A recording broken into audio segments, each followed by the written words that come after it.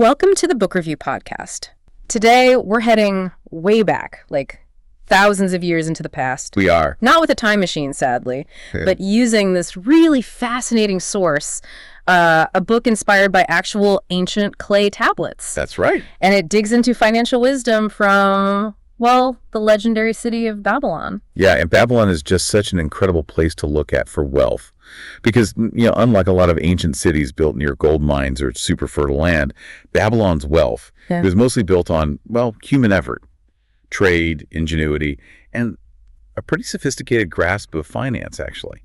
Right. And the sources we're looking at, they really suggest that the core principles, the things that let people and the city itself build up wealth way back then, they're basically the same principles you need to manage your money today. It's kind of amazing. Wow.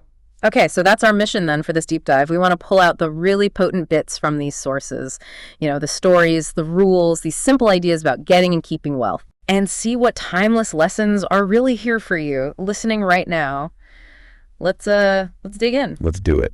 Okay, so the sources, they drop us right into this scene that honestly feels pretty familiar. You've got Bansir the chariot builder and Kabi the musician. Mm-hmm. They're good at what they do. They work hard. They live in literally the richest city in the world at the time. Right. And yet their purses, totally empty. Always. They're just sitting there, frustrated, looking at a few coins and asking that question everyone asks at some point. Why us? Why do we have nothing when there's so much wealth around? It's the classic problem, isn't it? That gap between earning money and actually, building some kind of wealth. Yeah. And the sources are clear. It wasn't that Bansir and Kabi were lazy or didn't have chances. Nope. The problem was they just didn't get how money worked. They earned it, sure, but they didn't understand the basic rules for keeping it and making it grow. It was just slipping right through their fingers. And realizing that's kind of the first big step, right? It pushes them to go find the guy who does get it. Arkad, the richest man in Babylon. And the sources, they make a point of telling Arkad's backstory. He wasn't born rich, not at all. Right. He started out poor, just like them. And he learned his stuff from this older, wiser guy, a moneylender named Elgamish. And Elgamish gave him what the source basically presents as the absolute foundation, the cornerstone principle for building any real wealth. And it sounds almost, too simple. What is it? A part of all you earn is yours to keep. A part of all you earn is yours to keep. Okay. Simple, right. But Arkad apparently really took it to heart. He made a commitment. Save 1/10, just one coin out of every 10 he earned. 1/10, not like half or whatever was left over at the end of the week.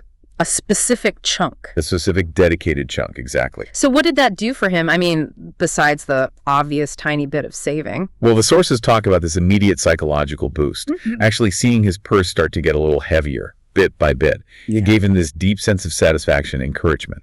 Yeah, I could see that. It wasn't about feeling deprived. It was this positive feeling of, hey, I'm building something here. A piece of my work is actually staying mine. Elgamish calls it the first cure for a lean purse. The first cure. And the source really hammers this home. That simple, deliberate act of saving. That's where it all has to start. Okay, so Arkad figures this out, applies it, gets super rich. But the story doesn't stop there. The king of Babylon apparently noticed this big wealth gap. A few very wealthy people, lots of poor people. Right. And he asked Arkad, hey, can you teach everyone else how to do this? And that leads to the famous 7 cures for a lean purse. Exactly. And these aren't like philosophical musings. Arkad laid them out as really practical step-by-step actions, things anyone could do no matter how little they were earning to go from broke to actually building wealth. Okay, let's break these down. Cure number 1, you already mentioned it. Start thy purse to fattening. Yep, back to that core rule. Save at least 1/10. Minimum. The sources even use that simple picture. For every 10 coins you put in your bag, only take 9 out to spend. Leave 1 behind. It sounds almost childishly simple, doesn't it? It really does. But the source argues that its power is in that simplicity and consistency. Just doing it, always. Okay, so that's the foundation. Save that 10th. It's the absolute bedrock. Because if you don't consciously decide to keep a piece, trust me, you'll find a way to spend it all. Been there. Which leads perfectly into the second cure, right? Control thy expenditures. Yes. And this one hits on a truth that feels so modern, it's almost funny. Our necessary expenses. They have this magical ability to grow and eat up whatever income we have, Oh, tell me about it. unless we deliberately step in and say, hold on a second. And the sources are careful here, aren't they? It's not about being miserable. Not at all. It's not about denying yourself joy. It's about conscious control. Budgeting, basically. Yeah. But they frame budgeting not as this like prison sentence, but as a tool. A tool to help you figure out what's really necessary versus just, endless wants. They use that analogy about the pack ass, right? If you budgeted for a donkey. Yeah. Would the donkey budget for jewels and fancy rugs? No. It needs hay, water, shelter, the things essential for its purpose. Okay. So this cure is about asking yourself, what's truly essential for my life? What simple pleasures do I value?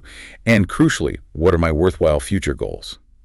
Then you make a plan to fund those priorities and stop the money just sort of leaking away on things that don't really matter to you. Swapping the leaks, I like that. Okay, so save the 10th, control the spending. What's cure 3? Cure 3 is make thy gold multiply. Yeah. Okay, so you're controlling spending, your purse is getting heavier. Yeah. But if it just sits there, It's just sitting there. right, it's not actually doing anything. The money needs to go to work. And the source uses Arkad's very first investment as the example. He lent some money to Agar, the shield maker. Okay, and what was important about that loan? Well, first, he got his money back, obviously important. But he also got rental on his gold, what we'd call interest or profit today. Right. But here's the kicker, the really crucial part the source points out. Arkad didn't just spend that profit. He immediately reinvested it. Ah, okay. That's the compounding thing. That's the magic. That's the children's children idea you see in the source. Explain that a bit. The idea is your original savings are like the parents. The earnings they generate are the children. But then, if you reinvest those earnings, the children start having their own children.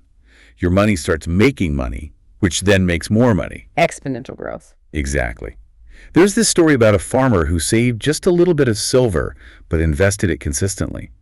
Over 50 years, just by reinvesting the earnings again and again, that small amount grew into a fortune. The goal here isn't just saving. It's building an income stream that flows to you whether you're working or not. Passive income. They were talking about passive income thousands of years ago. Basically, yes, an income stream from your capital. Okay, that sounds amazing. But it also sounds risky, which I guess leads to cure 4. You got it. Cure 4. Guard thy treasures from loss. Perfect timing. Once you've worked hard to save and start investing, protecting that capital becomes absolutely critical. And the sources have a cautionary tale for this one too, right? Arkad's mistake. Oh, yeah. A big one. He was eager, He'd saved for a whole year. He wanted his gold working. So he gave it all to Asmur, the brickmaker. The brickmaker. Why him? Because Asmur was traveling abroad and said he knew a great opportunity to buy cheap Phoenician jewels to resell for huge profits. Oh boy. I can see where this is going. Yep. Arkad lost every single coin he'd saved that year. Asmur, it turned out, knew nothing about jewels and got swindled himself. Ouch. Big ouch. And the lesson Algamish hammered into him was blunt but vital. If you want advice about jewels, you go to the jewel merchant. If you want to know about sheep, you go to the shepherd. Makes sense. Stick to experts in that specific thing. Precisely. The principle is protect your principal first. Don't gamble your hard-won savings on things you don't understand or based on advice from someone who isn't a proven expert in that field. Still incredibly relevant today with all the complex investments and, frankly, scams out there. Absolutely. Do your homework. Understand the risks. Get advice from people who actually know what they're talking about. Solid advice. Okay, moving on. Cure 5. Make thy dwelling a profitable investment. Homeownership, Babylonian style. Pretty much. The source talks about the deep sense of security and confidence that comes from owning your own place, your own home, your own land. Yeah, I get that. It's presented as more than just shelter. It's a solid asset. For one thing, it cuts your living costs eventually, right? You're paying off your own asset instead of just rent to a landlord. True. And often, historically, property tends to appreciate. Plus, the sources mention something interesting. Lenders back then were apparently more willing to lend money for buying a home. They saw it as a commendable purpose. Especially if you'd already saved up some of it yourself. Exactly. It showed you had discipline. Yeah. So it's like this positive cycle. Saving helps you buy a home, the home gives you security, and they can help build your wealth further. A foundation. Okay. Then cure 6. Ensure a future income. This sounds like planning for retirement and maybe life insurance. That's exactly what it is. Thinking ahead. making sure you won't be dependent on family or charity when you're older, and that your loved ones are taken care of if something happens to you. How did they do that back then? Well, the sources mention things like buying houses or land specifically to generate rental income later on, or making regular deposits with money lenders who would then pay you back with interest over time in your old age, kind of like an early annuity. Okay. But what's really fascinating is they describe something that sounds remarkably like life insurance. People making small, regular payments into a shared fund managed by these money lenders. And if someone died unexpectedly, their family would receive a much larger sum from that fund. Wow. That's surprisingly modern. Isn't it? The core idea is the same. Consistent, small actions over a long period build up a safety net for the future. Foresight and discipline again. Okay. And the last one, Cure 7. Cure 7. Increase thy ability to earn. Ah, so this one's less about managing the money you have and more about getting more money in the first place. Exactly. It's about realizing that your skills, your knowledge, your ability to do something valuable, that's maybe your single greatest asset. Makes sense. The sources really stress improving your craft, learning more, getting better at what you do, staying up to date. There's a story about a young man who wanted to borrow money from Arcad. Yeah. And Arcad basically told him, look, before I lend you gold, you need to focus on becoming more valuable in your job. Increase your power to earn first. Because the more you earn, the more potential you have to save that 1/10 or even more, which gives you more capital to invest, which generates more income. It's a virtuous cycle. Gotcha. The source talks about striving to be in the front rank of progress in whatever you do. It's basically advocating for lifelong learning and self-improvement as a financial strategy. So those are the 7 cures. Pretty comprehensive, but the sources don't just give us rules, right? They show them in action with stories. Yes, and the stories are so important because they show the human side, the struggles, the mistakes, the triumphs, like Dabasir, the camel trader. Right, he had a rough time, ended up in slavery. He did. Bad decisions, debt. It cost him his freedom. But the point of his story isn't just the failure, it's the comeback. He didn't give up. He had a plan, didn't he? A really specific one. Incredibly specific and disciplined. Even as a slave, earning tiny amounts, he stuck to it. 1/10 he saved for himself for his future freedom. 7/10 he lived on barely. And the remaining 2/10 he sent back to Babylon to pay off his old debts. Wow, 2/10 for debts. That's hardcore. Totally. And the sources say he literally scratched this plan onto clay tablets he carried with him, like a constant reminder, a commitment device. That's powerful. What's the takeaway from Dabasir? It's about sheer determination and having a clear plan. Even from rock bottom, applying these principles consistently, even with tiny amounts, can literally change your life. He earned his freedom, paid his debts, rebuilt his life, and became respected again. The lesson is right there. Where the determination is, the way can be found. Amazing. Okay, what about Sharu Nada and Hadan Gula, the luckiest man in Babylon? Ah, yeah. That story contrasts 2 very different attitudes. You have Hadan Gula, who basically complains all the time and thinks work is beneath him. Work was made for slaves, he says. We all know people like that. Right.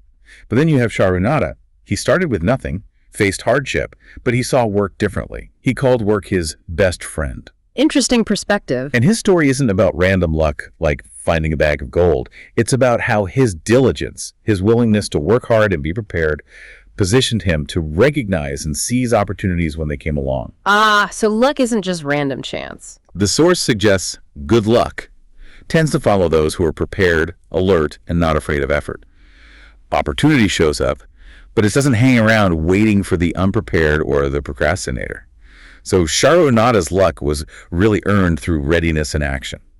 Makes sense. Being in the right place, ready to go, often because you've been putting in the work. Exactly. It reframes work not just as toil, but as the pathway to opportunity. Okay, one more key story. Mathon, the gold lender. Yes, Mathon advising Rodan, who'd just gotten a windfall of gold.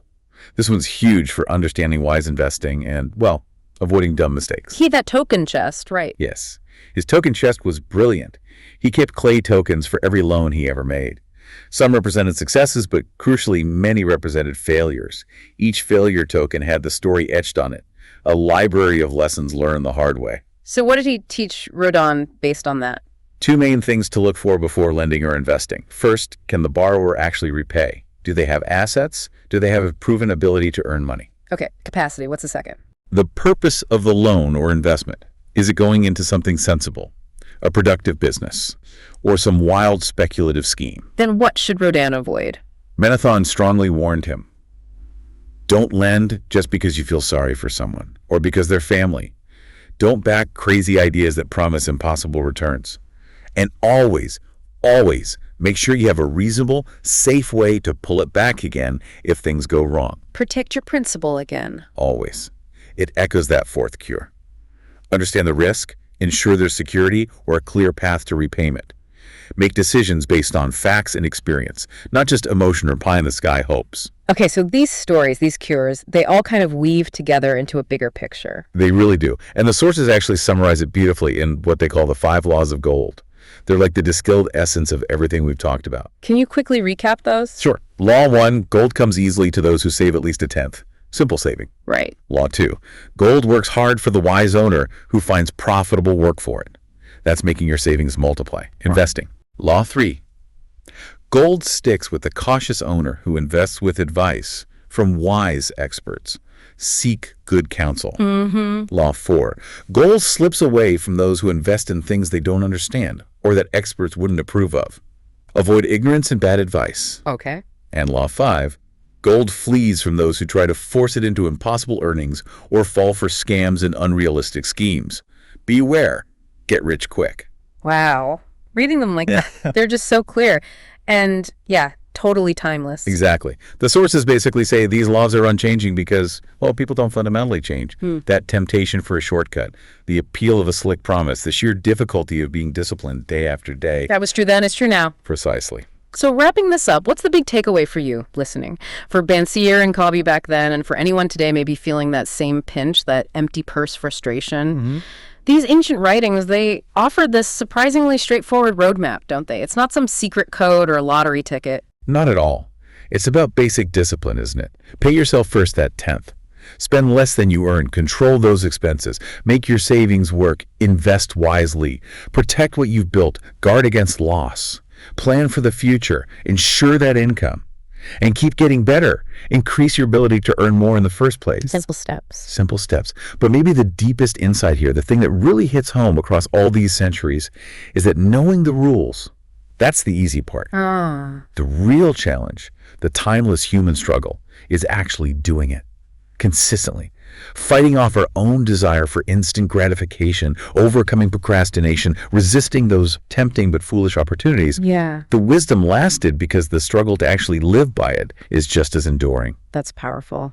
This has been really eye-opening, digging into wisdom literally etched in clay thousands of years ago. A reminder that the path was there all along. And these stories, kept alive for so long, they offer this incredible promise, don't they? That no matter where you start, applying these simple, steady principles can lead to financial security, to a life of competence, and, yeah, self-respect.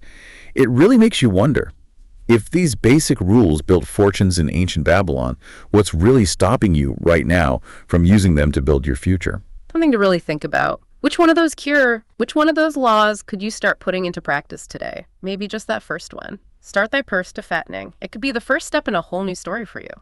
Thanks for listening to the Book Review Podcast. If you enjoyed this episode, don't forget to subscribe, share, and leave a comment. See you next time.